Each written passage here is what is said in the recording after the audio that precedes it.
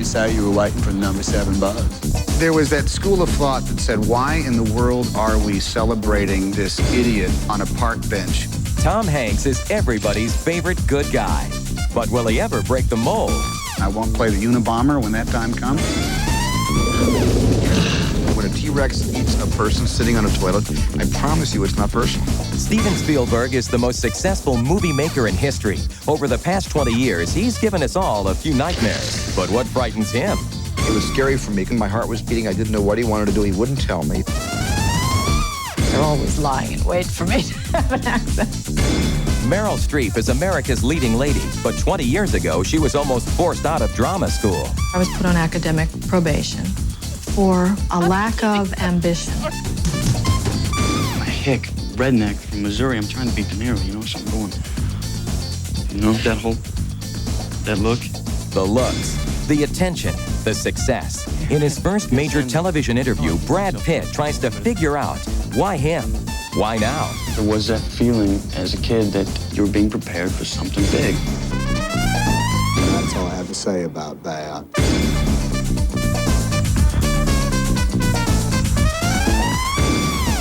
Good evening. I'm Gene Siskel. And I'm Roger Ebert. We've been reviewing movies together for 20 years.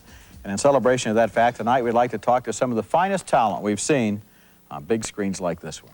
And so we have interviewed an actor, Tom Hanks, an actress, Meryl Streep, a director, Steven Spielberg, who we believe are at the very top of their professions, and also a young actor who we think has a legitimate chance to achieve the same level of stardom, Brad Pitt. We begin our conversations with America's favorite actor, Tom Hanks.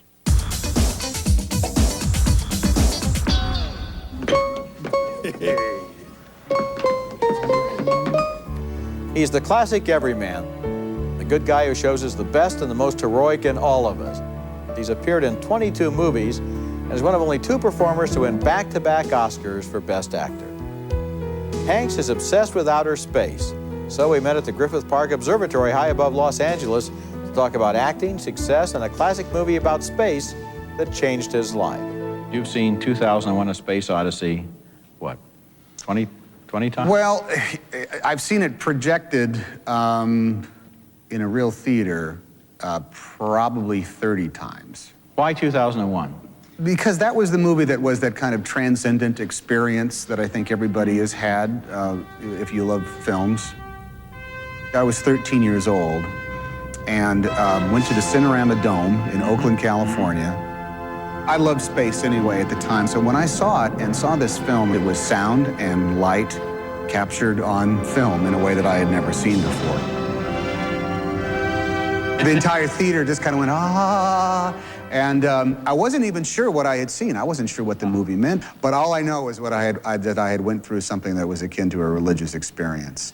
Was something forming in your mind now in Oakland, California? You're a teenager that maybe movies are in your future? No, absolutely. I mean, who would think of such a thing? No more than, you know, playing center field for the New York Yankees. It was far beyond my realm. It wasn't until later on that when I started acting in high school and college that I viewed perhaps being able to make a living as an actor. But that was in the theater. Was there a moment when you realized you were good at it? At the Great Lakes Shakespeare Festival in Cleveland, Ohio. I wasn't even the guy in the scene. I wasn't the guy spouting out the lines, but I had some degree of business or whatnot that was kind of so pure and so technically ideal that I thought, oh, holy smokes. Maybe there's a reason I got this job. Can you think in your career moments in movies when it was just blessed? There is a scene where I'm giving testimony in Philadelphia, which is, if you look at it on the page, it's a monstrous. Like, how do you commit this to memory, much less make sense out of it? But I think I just kind of sat down a couple of times with Mary Steenburgen on the set while we were setting up for it, and just kind of like, we popped it back and forth just once, and when it came time to shoot it, even when I was doing it, I thought, this is a transcendent moment for me, because I'm not even thinking about the mechanics of this. It's just spilling forth. I've heard of a thing, the gay plague, the gay cancer. We didn't know how you could get it. We've been talking about some of the great moments you've had, but you once said that sometimes when you look at your old movies, you occasionally can catch yourself doing the same cheesy old things. What are the cheesy old things? There's a lot of moments where, you know, I'm supposed to be either romancing a girl or, you know, getting a job or something in some movie where I can see me doing this kind of, you know, half look away, half eyes to the sky kind of trying to slip a moment in the back door as opposed to really aggressively grabbing the moments.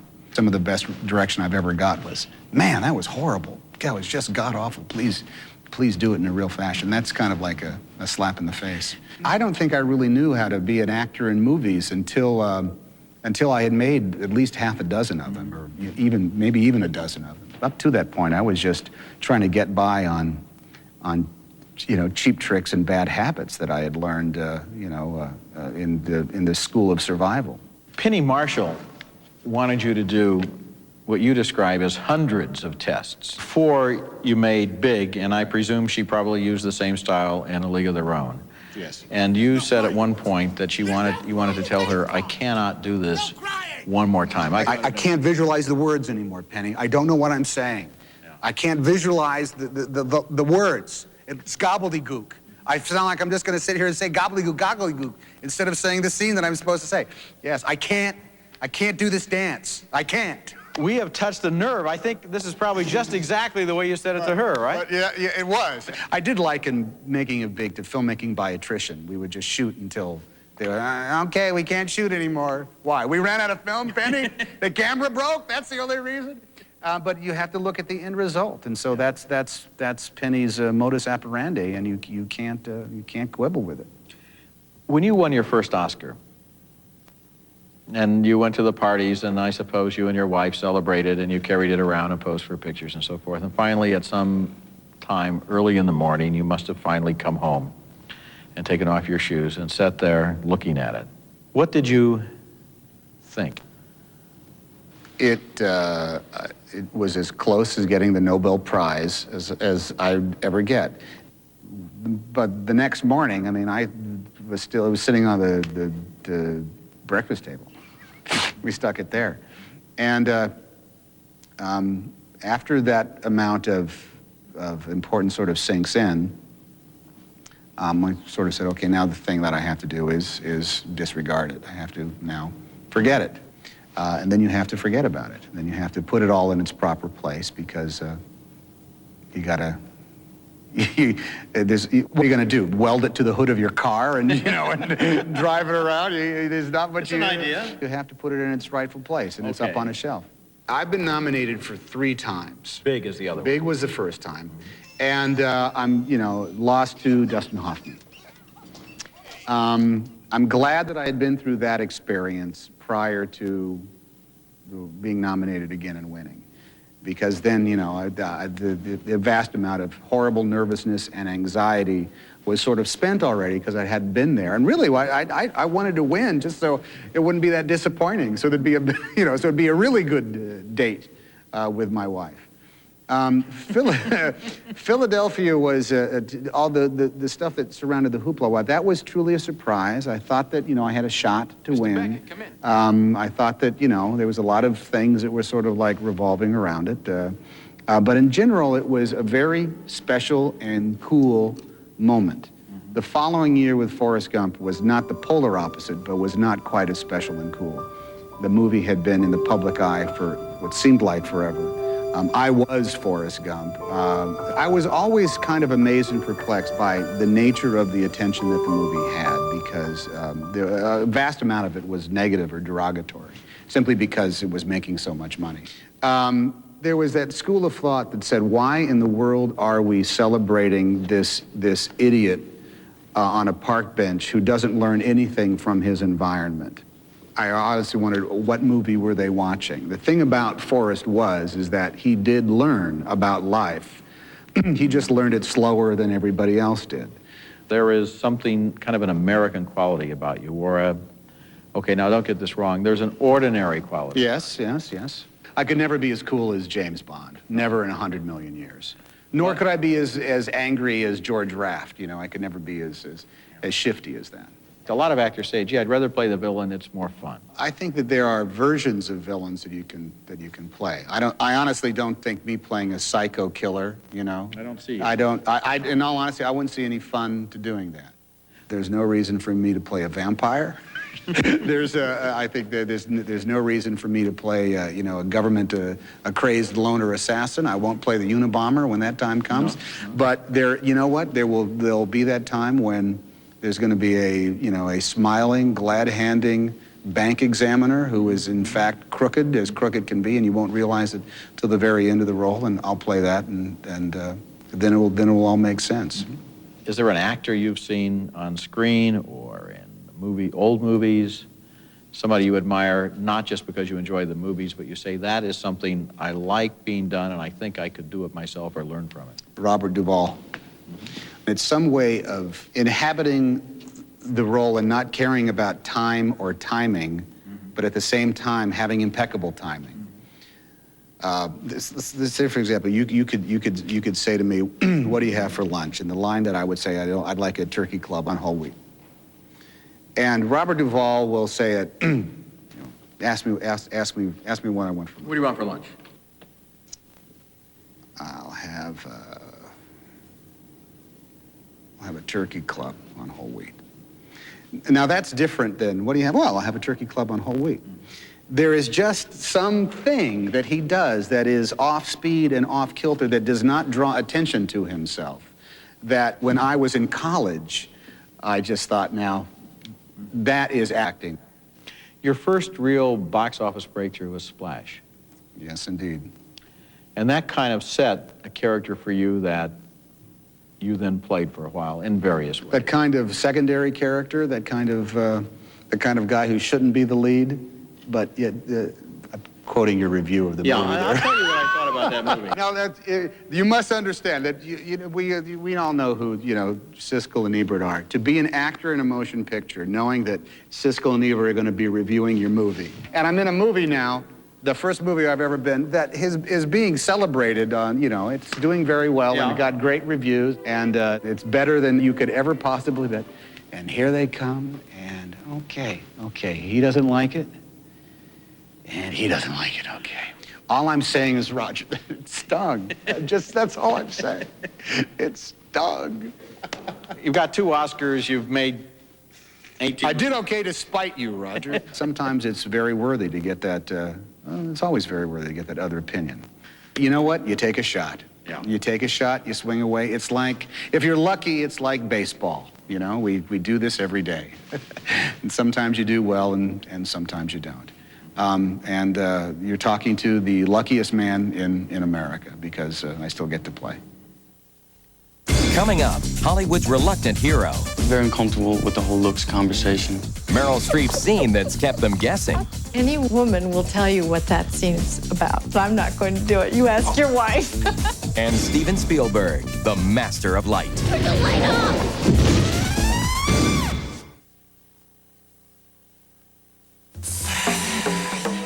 What can a picture be?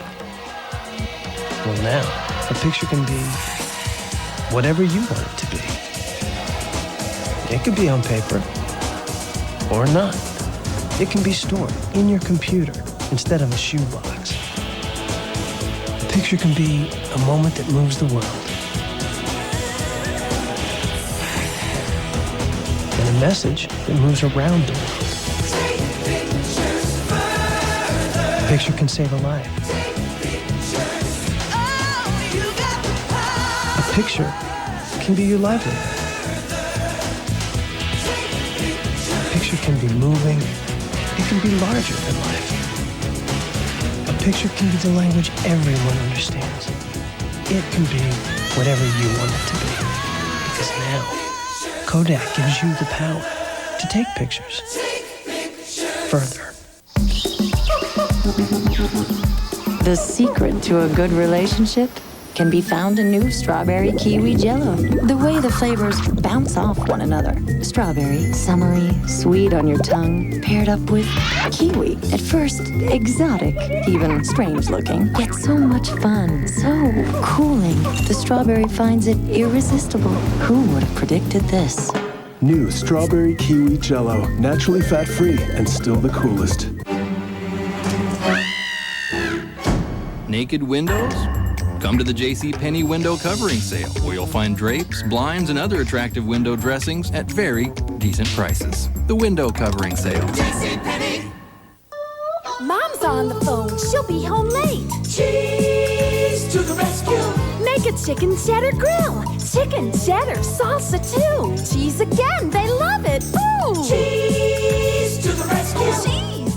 Move over, T-Rex. Your days as king may be over. Scientists have found the rival dinosaur, and it's bigger than anyone ever imagined. The story tomorrow on the CBS Evening News. A picture-perfect family, till something went terribly wrong. They've lost one child. Can baby Blake be saved? 48 hours, Thursday. Live from Las Vegas, the 45th Annual Miss Universe Pageant, CBS Friday.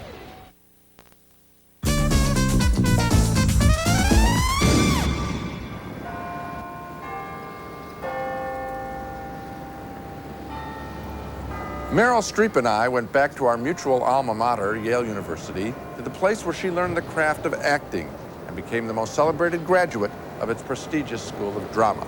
In one of her old classrooms, she traded war stories with the soon-to-graduate students who were thrilled to meet her. Do they still have evaluations here where they line you up one after another? No. What was that? You would come in this room and they'd line all the actors up in each class, and the faculty, one by one, critiques you. What was the meanest thing somebody said about you? This was a teacher, married, who asked me out the first week of school. Oh, that's nice. And I didn't go out with him. One of my classmates did. And they ran off and got married. But during that year, he was very hard on me. He told me I was cold and unfeeling and couldn't cry. So I showed him tonight. And show him she did. Since leaving Yale, Streep has appeared in nearly 30 movies, earning the stunning total of 10 Oscar nominations in less than 20 years, ranking her with no less than Bette Davis and Sir Laurence Olivier. Our interview continued at a favorite student hangout, Frank Pepe's Pizzeria, where we tasted the sauce and the highlights of an extraordinary career. When was the last time you ate here? 1975. I was 3. You were a hot ticket here as you were concluding your career in 1975. Yeah, it made me really nervous. My second year, I was put on academic probation for a lack of ambition, the requisite amount. Because I'd gone into the dean and said that I was cast in too many plays. It wasn't very equitable because I was picked over and over, and there were only 12 people in my class, and I was playing the lead over and over again, and people were mad about it. And I'm greedy, but not in the extreme, and I loved my classmates, and I didn't like feeling their anger. I went to the psychiatrist here at Yale because A, it was free, and B, I was going to graduate in 4 months. But he said, don't worry about it. In 4 months, it'll never be as bad as this. It'll never be as intense. You'll be in competition with the other 200,000 members of Actors Equity. And believe me, it'll be a relief, and it was. We all appear in plays, grammar school plays or whatever, camp plays and all that. Yeah, my first performance, I was in a box. It was Madam X. I was a robot. And so I had no stage fright or anything. It was just the ideal way to, sort of go out in front of people for the first time. How old were you? 5th grade. It was a wild success. We ran once. But the obvious question is, when did you know, at what age did you know that you could do this? Probably like my sophomore year at college. I was in a play at Vassar. My friends all came, and they all sat in the front row, and they said, man, you should do this, you're really good at this, and it felt great. I don't really like to stand up in front of people and talk, but somehow being in this play was a private thing. I mean, I think I lost consciousness in a couple of moments, and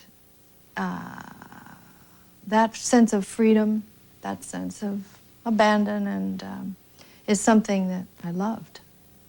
You once told me years ago that you have a technique of keeping a secret about a character. You keep it from your co-star, you keep it from your director, it's your own private agenda. Kramer versus Kramer. You remember the secret? Yeah. And what was that? Well, the secret was I never really loved him. I didn't want him to know that because it would have affected everything about the way he played his part. Joanne, please.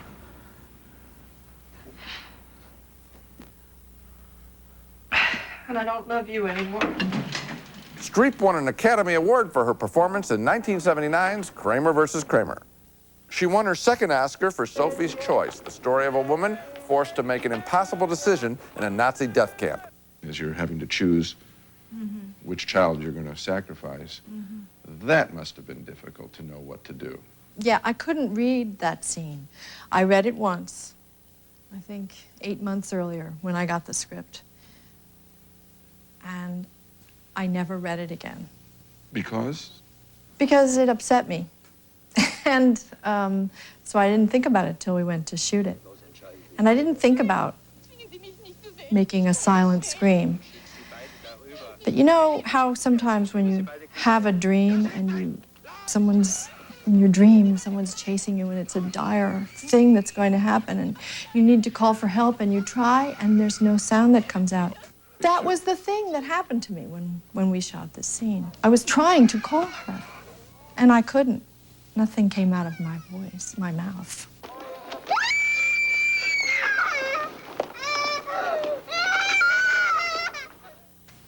It's still a very upsetting scene. I mean, even to think about. Her most recent Oscar nomination came for last year's The Bridges of Madison County, playing a classic lonely wife. Sign of appreciation? No, not at all, except those are poisonous. I'm kidding. I was happy that I was, nominated playing a housewife. I felt like I was holding my own for all the housewives. It was an extraordinary achievement. And what I loved about it is that it was largely silent. Were you aware of how little you talked in that film? Seemed to me like I was talking all the time, and with an accent, which is they're always lying in wait for me to have an accent. Well, I'm thinking of, for example, a very beautiful sequence when you meet him for the first time and then you walk back to your house and you touch your skirt. You're aware of that? Says everything, right? It says different things to different people, All right. What does it say to you? To me, it says that she's excited, she feels herself. What has been a cloth is now a dress. No, wrong. Any woman will tell you what that scene is about, but I'm not going to do it. You ask your wife. Oh, come on. It's about a lady with a big rear end who's walking away from someone that she likes. And she's self-conscious, and you always touch the part that you don't want anybody to look at. Okay. But it's the same awareness that you said. I mean, it is an awareness below the belt, maybe, that she hasn't had for a while. I've heard you talk about sort of an emotional flexing. In other words, I'll take it in terms of athletics. It must be great to play basketball like Michael Jordan. I mean, it must actually feel good in the body to do that with your body. But I don't think that they're great athletes are even aware of the power, and maybe they are. I don't know, because I'm not one. But it's not that aggressive a thing when you're acting right. It's the opposite. It's being susceptible to what is around you. And it's letting it all come in. Acting is a clearing away of everything except what you want and what you need. And it's wonderful in that way. when it's right, you're lost in the moment. Coming up, Brad Pitt's first major television interview. And what did Steven Spielberg do wrong? I can't get a job. Nobody will hire me. Come experience the Olive Garden's tour of Italy. Enjoy chicken parmesan together with lasagna classico and fettuccine alfredo with unlimited salad and breadsticks. The tour of Italy, just $9.95 for a short time, only at the Olive Garden. Is it Diet Dr. Pepper or regular? You have 10 seconds to decide. But if you can't tell the difference, don't worry. You probably can't taste the difference either, even with all the time in the world. Discover the great taste of Diet Dr. Pepper. Waiter! Airport, please, and I'm in a hurry. Hey, hope you don't mind me saying, but I really like that Diamond Minute thing from Sprint. That's nice, but I got a plane to catch. Just think, now I can call Florida, California, even Hawaii for one low flight rate. Can we get moving? See, 1 minute, 2 minutes, 3 minutes, 4 minutes, 8 minutes. Sometimes you just have to take matters into your own hands. Call now for Sprint Cents. 10 cents a minute to any state in the country.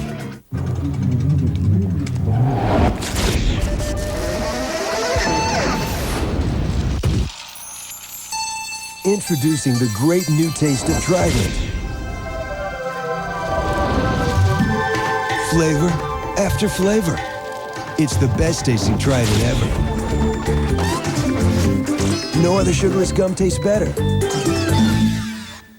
New improved Trident, taking taste to a whole new place. Honey, are you okay? Yeah, relax. It's not broken. Does it hurt? No, the doctor gave me Tylenol. Extra strength. Tylenol, the hospital's choice for pain. And it's working great, Matt. The car, on the other hand. I call it the dreaded yeast infection. What does my doctor recommend? Monistat 7. There's still no faster or safer cure. Hey, life is unpredictable enough. I'm going with the #1 doctor-recommended cure, Monistat. The season finale you waited 9 months for. I have to deliver the baby here. The event that will change a family forever. Something terrible has happened. Dr. Quinn. Then, she starred in her own show until her dark past was exposed. God wants every person to be a whole person. The season finale of Touched by an Angel on America's Night of Finales, CBS Saturday. If you know someone who's caring for a person with AIDS, why not volunteer to fill in for a few hours and give the caregiver a much-needed break?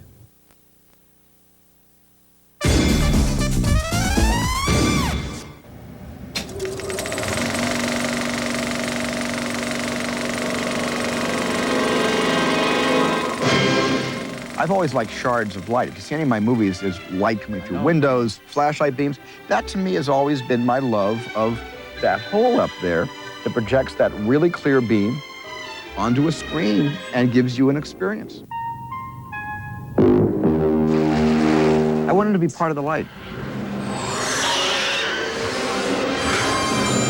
For nearly 30 years, Steven Spielberg has been shaping and molding light into some of the most memorable images in movie history. And he learned at a very young age that there was indeed magic in the light. Turn the light on! My dad took me out to see a meteor shower when I was a little kid.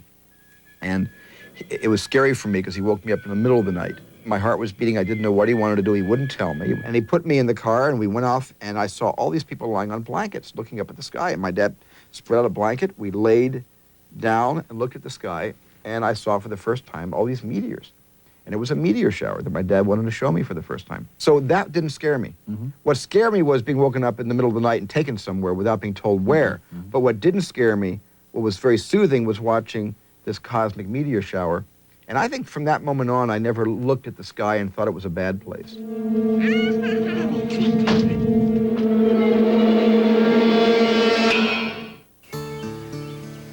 We met with Spielberg at the offices of Amblin Entertainment on the Universal Studios lot, and there he explained how this childhood experience in the Arizona desert and later the divorce of his parents when he was 16 inspired two of the great movie classics of the past 20 years, Close Encounters of the Third Kind and E.T.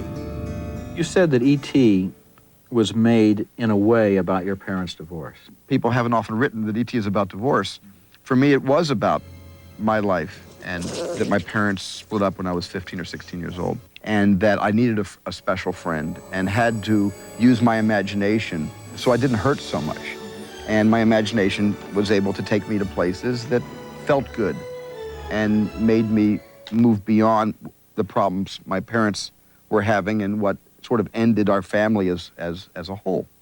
So this is a movie about a boy who needs a friend and who finds a friend.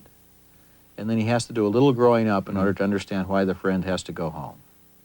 Yes, and E.T. comes into his life, and this little boy becomes responsible. He becomes a father to something who needs a father. You should give him his dignity. This is the most ridiculous thing I've ever seen. You started making films almost from the moment that you could possibly make a movie. This is as if it were written in your genes that you were going to be a film director.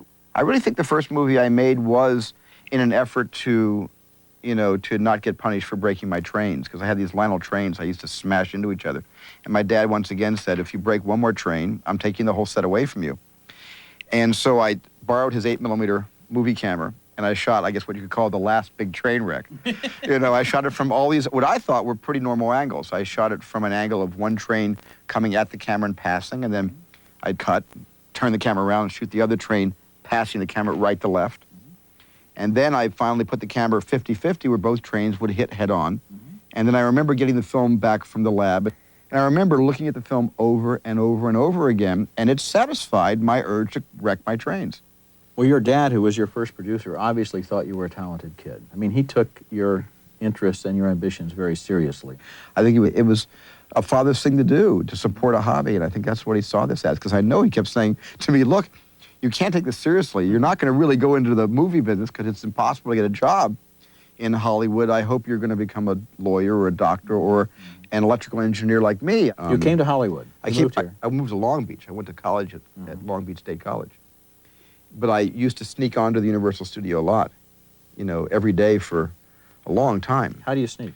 Well, I came on the tour, and I jumped off the bus, and I hung out watching him shoot some TV shows. Nobody noticed you? No, I was just somebody standing on the back watching television being shot. I'd never seen a real professional movie being shot before, or a TV show, so to me it was the greatest day of my life. Now, the studio is set up to keep out people exactly like you.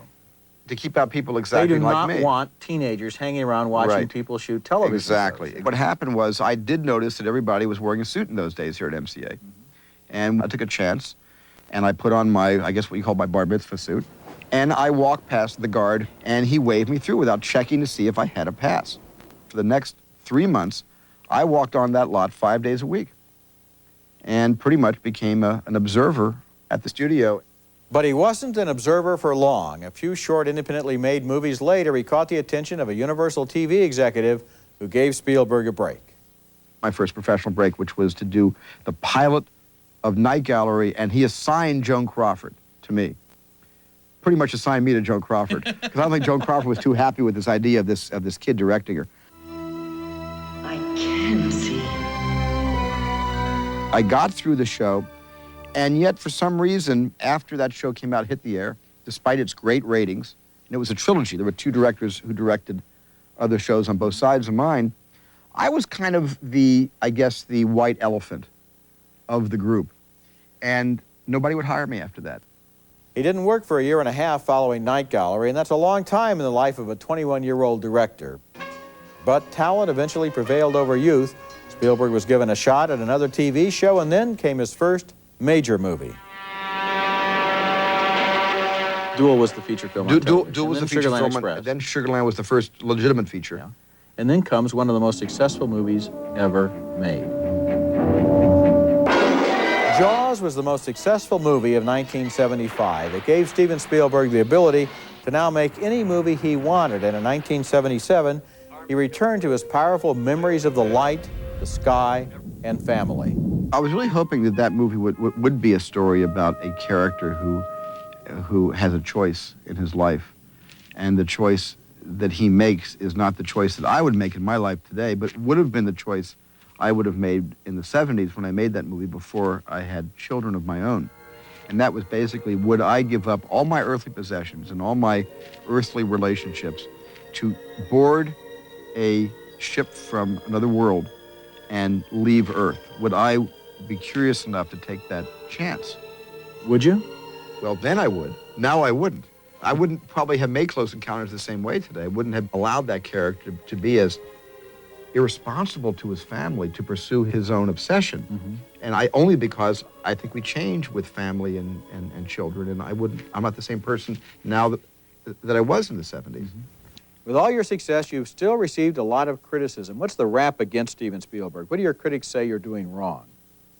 Oh, he cuts too fast, his edits are too quick, he uses wide-angle lenses, he doesn't photograph women very well, he's tricky, he likes to dig a hole in the ground and put the camera in the hole and shoot up at people, he's too gimmicky, he's more in love with the camera than he is with the story. But all that changed with one movie. Certainly, if you live to be 100, you may never make another film like Schindler's List. I knew the Holocaust was the most important and yet potentially incendiary subject that any filmmaker can touch.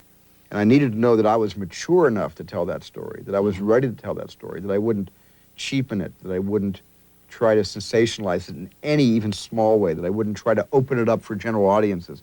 Until I was ready to really answer all of those obligations, I couldn't make the movie, and the movie sat around for 10 years. In the thousands of movies I've seen, there have only been a few moments that totally and absolutely reached me emotionally, intellectually, and physically at the same time with just a welling up of reaction. And one of those moments, of course, is the final sequence in Schindler's List, as the survivors appear and walk toward us. I can't imagine the film without that shot, but I know that it wasn't in the original screenplay. Where did it come from? I was so afraid that, how was I going to validate this as being an experience that really happened? How was I going to prove to people that, coming from me, kind of like people perceive me as somebody that makes fantasy films and adventure films, how was I going to be able to speak the truth and not allow my existence in this project to prejudice people's opinions about whether this really happened or didn't happen? And about 5 weeks before wrapping the movie in Poland, I thought, in order to give some validity to this story, can I bring as many survivors as I possibly can get on airplanes, Schindler-Juden, to Jerusalem to just file past Oskar Schindler's grave and put a commemorative stone on the grave and acknowledge what he did for them. And I had my validation. You made the best film of the year. The same year you made the most popular film of the year. It's a pretty good year. Yeah, it was so weird. It was weird for me because I didn't think lightning would ever strike twice in the same place, meaning E.T. and then Jurassic Park. But what was interesting about Jurassic Park was that all kids everywhere, I certainly have, all my friends have been interested in dinosaurs. But why do kids like dinosaurs? Why aren't they afraid of them? Well, they're not afraid of them today because they're not around to terrify kids. They can't look into their second-story window and growl at them and smudge the glass with their breath the way the raptors did. They can't do that today. So kids really feel that history has protected them. Therefore, they can really indulge their fantasies. If you could leave only one film for your children, which one would that be? I would still leave E.T. for my kids, if I could only leave one film for my kids. Because I think E.T. is about something that has value for my children in how they are in their relationships. And when they grow up and they get married, do they pick the right person? Do they stay married for all their lives as I'd like them to? I think that's a value I'd like my kids to have.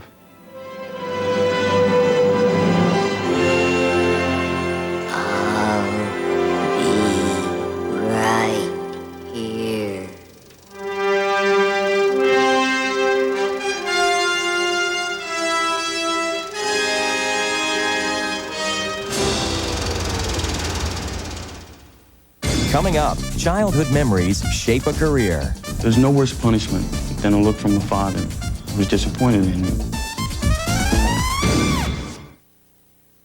Her name is Janet. She believes in controlled aggression. She believes in the genuine kick of adrenaline. She believes there's more than one way to fly. She believes dolphins shouldn't have all the fun. Seville STS with the North Star system. Great performers create a higher standard. Love new Easy Squeeze Country Crock. I can see that. Thick and creamy. So thick they turned it upside down. Yeah. So it's easier to use and squeeze. Easy to squeeze, like me. New Easy Squeeze Country Crock. So thick, we had to make it easier to use. The Siskel and Ebert interviews will continue. Their marriage was like a fairy tale, but for Charles and Diana, there was scandal. In private, he never touches me. Based on the revealing true story For the first time in my life, I feel the same. of a forbidden passion that shocked the world. Divorce is out of the question. I'm not going to give him up. Not now, not ever. Princess in Love, CBS Next. Before Waco. They're coming after us. Before the Freeman standoff, there was Vicky and Randy Weaver. The story the news couldn't show you. Ruby Ridge, CBS Sunday. You're on CBS.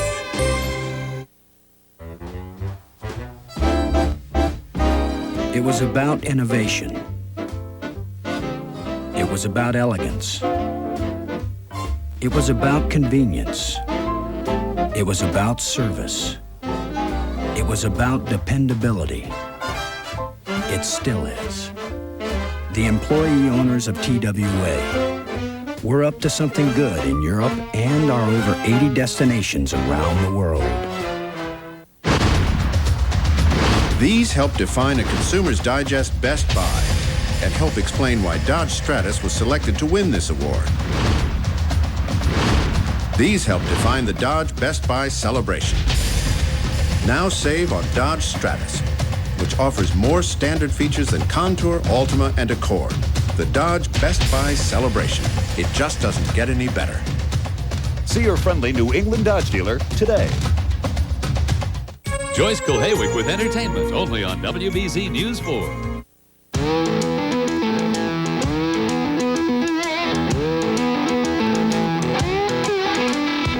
I'm told that you come to this bar along with bikers and all kinds of people who take their bras off and all that.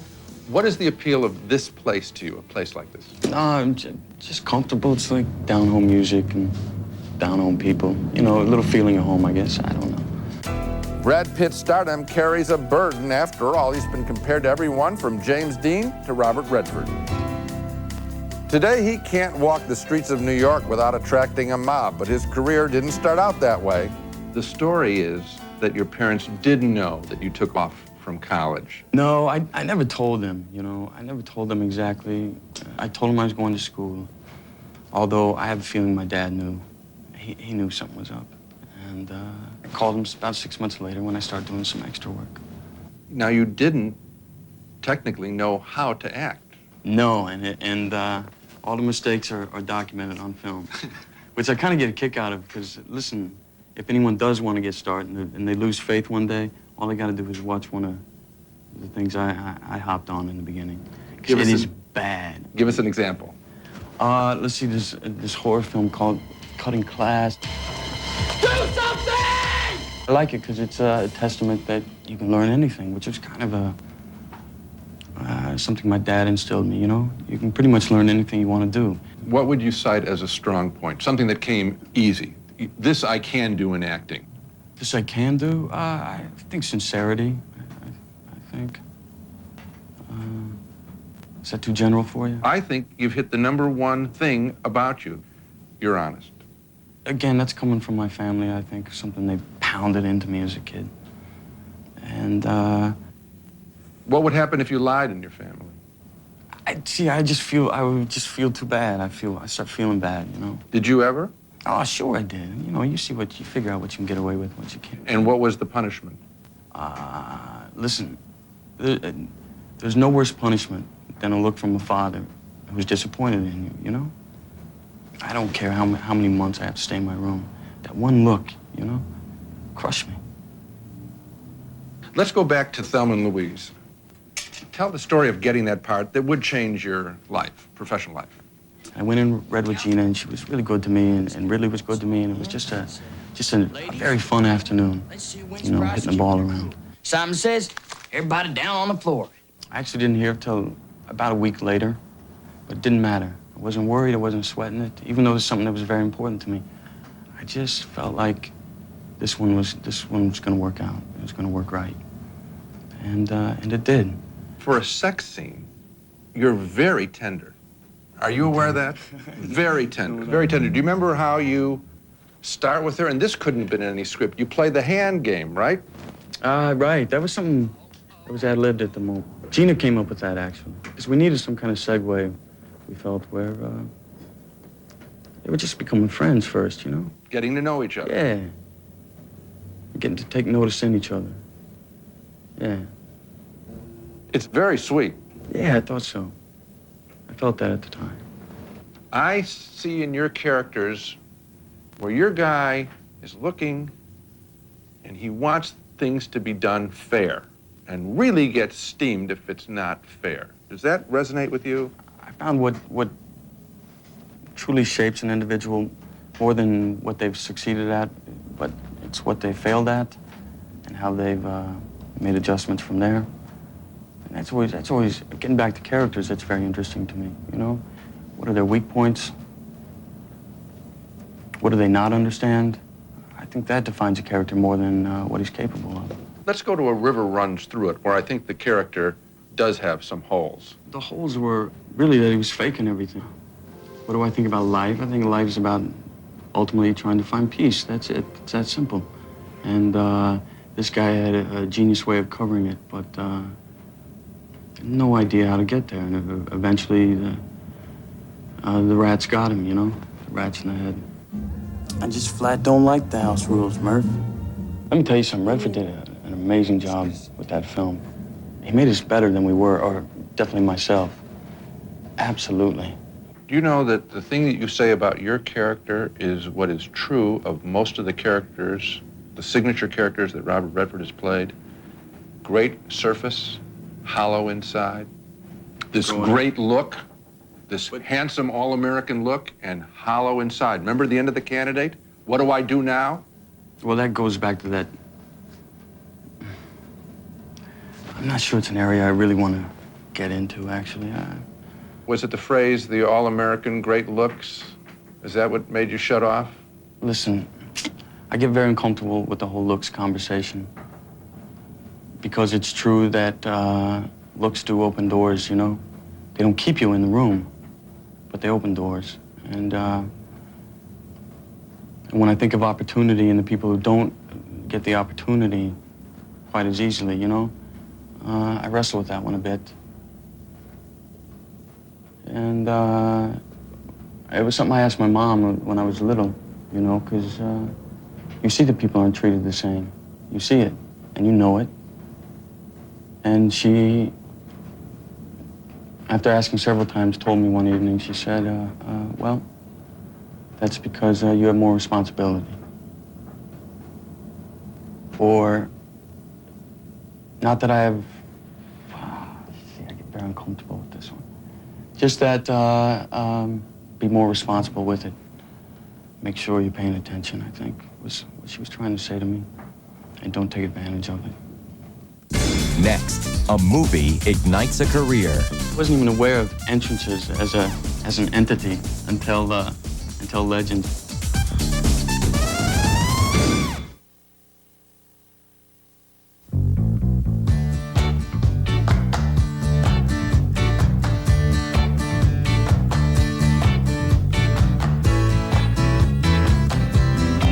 Here I am, stuck in the middle with you. Yes, I'm stuck in the middle with you. With more material in the seat, our underwear always stays comfortably in place. Sorry, guys. Fruit of the Loom. Really, really comfortable underwear.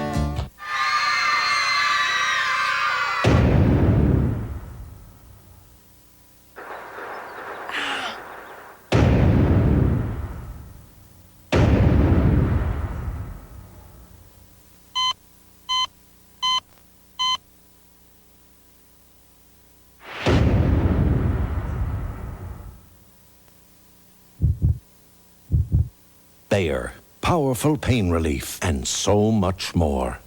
All right, take care of yourself and call us. Everything okay? Now he's going to France to study painting. I thought he was into photography. Well, now he wants to be Monet. Last year in iced business, now this. I mean, why can't he find one thing and stick to it? Well, he is your dad. At Aetna Retirement Services, we not only help you build assets, but manage them as well. Build for retirement, manage for life. How I unplug. Every afternoon, I slip away to somewhere new. A spa just for chocolate lovers. Afterwards, I'm totally recharged. And I never had to leave my desk. New, more chocolatey Swiss Mocha from General Foods International Coffees. Rush home from work, your night to cook. Cheese to the rescue. Make a quick Mexican pizza. Tortilla, ground beef, Colby Jack, peppers, salsa, you got the knack. Cheese to the rescue. Yeah, cheese! It's an unforgettable evening of legendary stars with Pam Tillis, Dwight Yoakam, Trisha Yearwood, David Lee Murphy, Barbara Mandrell, Vince Gill, Winona, Marty Stewart, Dolly Parton, Ray Stevens, Roy Clark, Patty Loveless, and many more. All on the Grand Ole Opry musical salute to Minnie Pearl, CBS Thursday. When an eyewitness to murder turns out to be your wife, what do? She'll have to be dealt with. To keep her alive. Explain to this meathead how serious I am. Nash Bridges, CBS Friday.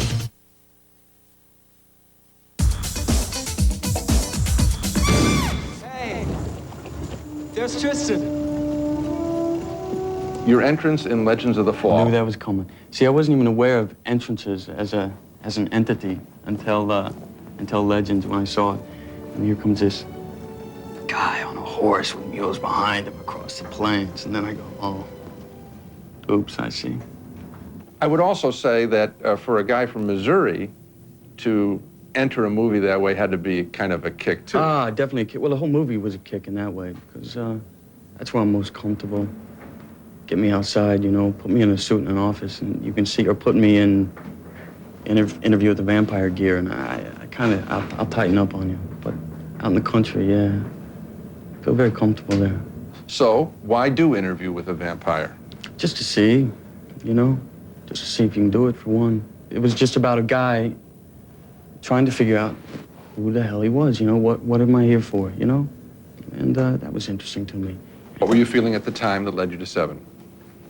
I just had this feeling about looking at myself and contemporaries and just my friends. We were at this spot where getting cocky or something, like we had the answers, you know, coming from our little circle that we've been coming from. And I saw that in this guy, you know. He was so sure of everything that he spoke of, but he was, actually, he knew nothing, you know. Get out! Hey! Get out! Hey, man, I'm sorry. It's impressive to see a man feeding off his emotions. You mentioned your generation or your group. We were lucky to have the world in flux in the late 60s. Everything was changing. But it identify us. You guys seemingly have nothing to bump up against in this world. But that's why we don't know who you are. I would say, if anything, who we are is trying to figure out who we are. I'm not sure we know, you know? Listen, I'm not the spokesman for wasted youth, you know, but I think it's a generation that's very affected and feels a little lost, you know? And so I think that's why all the tough guys, the thing with gangs, clinging to gangs and clinging to guns. And it's funny, when I was starting acting, I remember, and I fell into this as well, but we all wanted to be De Niro or Mickey Rourke, you know? I'm a hick redneck from Missouri. I'm trying to be De Niro, you know? So I'm going, you know, that look, right? He does that because he has to. He's broad right here. I got this pencil neck, and I'm doing this. Like, I can't do this. But I see this trap all with the young guys because we want to have that toughness and being able to pull the strings and not being affected, not letting people get to us. I think there's something there. Brett, I think right off the cuff. When you talk about playing tough characters, I immediately think of Sean Penn. He's about as good as your group as there is, right? When I watch the young guys, I watch myself, I can see direct influences, you know? He was the one guy who was around our age that we could look at and said, yeah, check out The Ugly, you know? When you say check out The Ugly, I think what you're saying is, and what you admire is, that he's willing to play unlikable guys. Unlikable guys, let's see what's behind there, right? Let's give him some feeling, let's understand a little bit of it. It's very interesting. But he's just he's the most powerful thing we've had, I feel. And definitely everything now can be traced to him, is what I say. I have this theory that people who become very successful actually do know it's going to happen to them. When they're very young, they know that they're special. Special, I'm not real comfortable with the word special, but somewhere, so I was just having this conversation with someone who said exactly the same thing. And yes, there was that feeling as a kid that something big, you were being prepared for something big. But the funny thing is now I don't even feel like I've found it yet, yeah? Now, of course, people would say, if what's happened to you isn't it, yeah, this is pretty good it. Yeah, now listen, I understand that, but that's coming from the outside, looking at the shell, the exterior, all the things that's spinning around you. I went, a little round-faced boy, and I left everything I knew, and I went to this place, and I drew the winning ticket. I hit the lottery,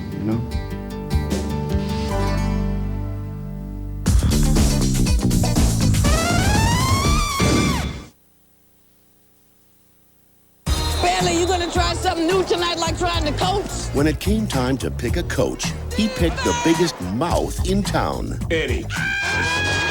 Now she's moving and grooving. You are not a coach. You're not a player looking like a little roach. And they're slamming and jamming. Whoopi Goldberg. You don't want to hustle. You don't want to do anything. Eddie. Rated PG-13. Starts Friday, May 31st at a theater near you. Mom, we don't do fried. KFC realizes fried chicken isn't on everybody's menu every day. That's why our new tender roast comes in pieces, just like our original recipe. So bring home both and make everybody happy. Thanks, Dad. No matter what day it is. Naked windows?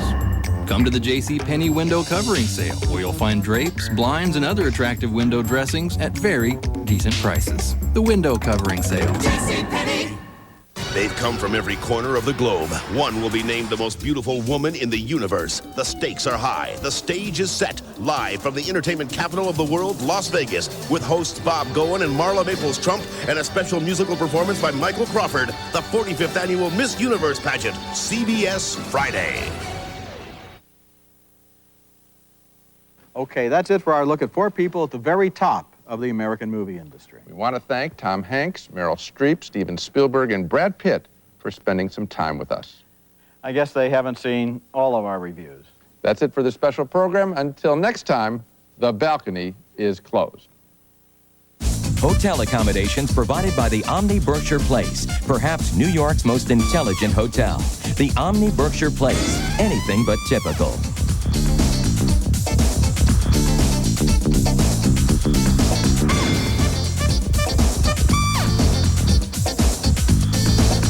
It's the ultimate murder, she wrote. Who will live? Who will die? Something is missing. Do not miss what will be the end, the final murder, she wrote.